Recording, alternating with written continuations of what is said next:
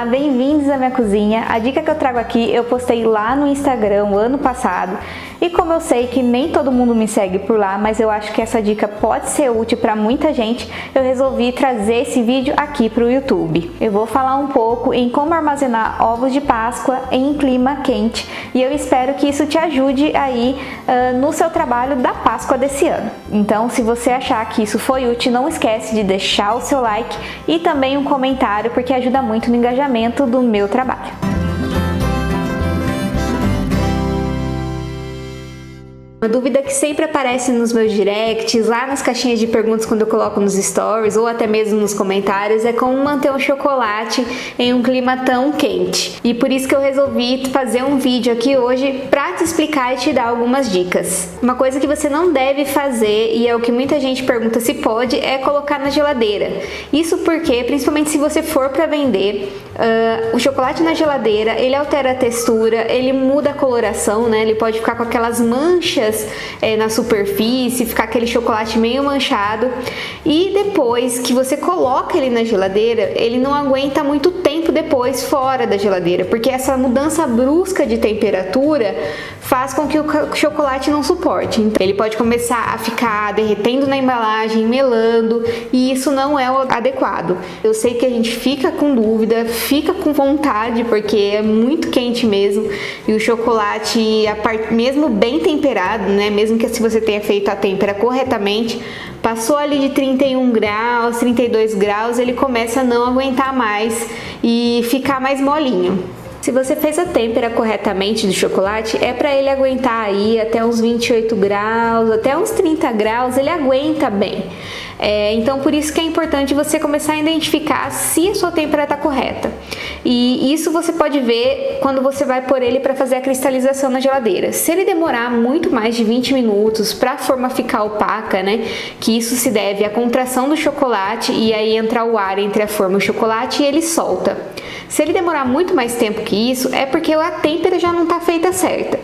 E sabendo então que você fez uma têmpera correta e que você não deve colocar o chocolate na geladeira, eu vou dar umas dicas do que eu fazia para manter, né, os meus chocolates, principalmente em época de Páscoa ou de grandes encomendas, intactos, né, até a entrega.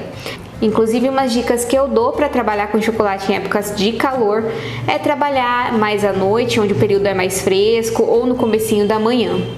Uma outra dica também é observar o método de temperagem que você vai escolher para fazer.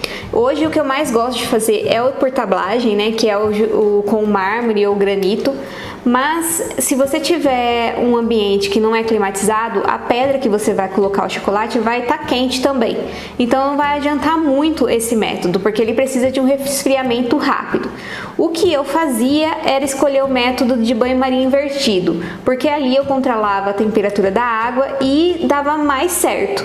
Depois que você já tiver com as suas cascas de ovo de Páscoa, que eu vou usar mais exemplo de Páscoa porque é o que a gente está aí já próximo da data. Então você pode utilizar ou caixas plásticas, se for térmica, melhor ainda, tanto térmica plástica como aquelas de isopor. A de isopor eu aconselho você forrar ela com um papel alumínio. E então você vai colocar as cascas de ovos de Páscoa, por exemplo, empilhadas, né, uma sobre a outra, separadinha com um papel manteiga ou então um papel toalha. E dentro da caixa você vai colocar o gelo X ou o gelo químico, que são esses gelinhos que você encontra em loja de confeitaria, de utilidade. E aí o que você vai fazer? Você, quando começar a fazer as suas cascas de ovos, você vai colocar esse gelo no congelador. Ele precisa ficar lá por 8 horas para congelar. Depois disso, você vai retirar ele do congelador e colocar outro desse para deixar gelando lá.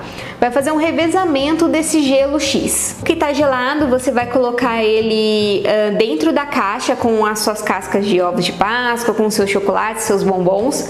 Eu coloco um paninho Perflex para não correr risco de passar alguma umidade para o chocolate, tentando também não encostar em nenhum chocolate. Você pode pôr 1, 2 ou 3 aí, dependendo do tamanho da sua caixa. Esse gelo, ele aguenta 6 horas. Então, depois dessas 6 horas, você vai trocar por aquele que você deixou no congelador. Então você vai tirar aquele lá, colocar dentro da sua caixa com os chocolates e voltar esse para o freezer.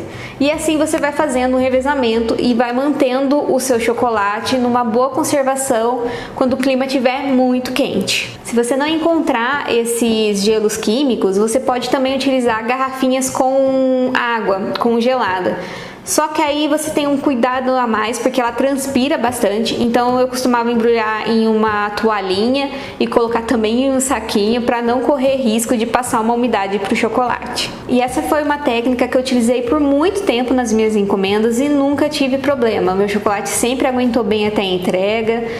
Eu fazia as cascas com antecedência, né, com semanas de antecedência para adiantar, porque senão fica muito corrido durante a semana. E depois eu só ia recheando. E conforme eu ia recheando, fora os de colher que eu acabava recheando no dia já da entrega, os recheados, né, os trufados, eu ia fazendo ele, né, cobria com a casca e voltava ele para a caixa.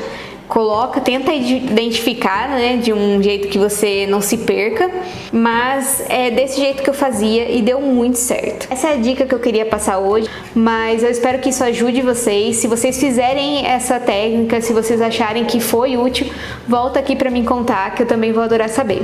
E até a próxima!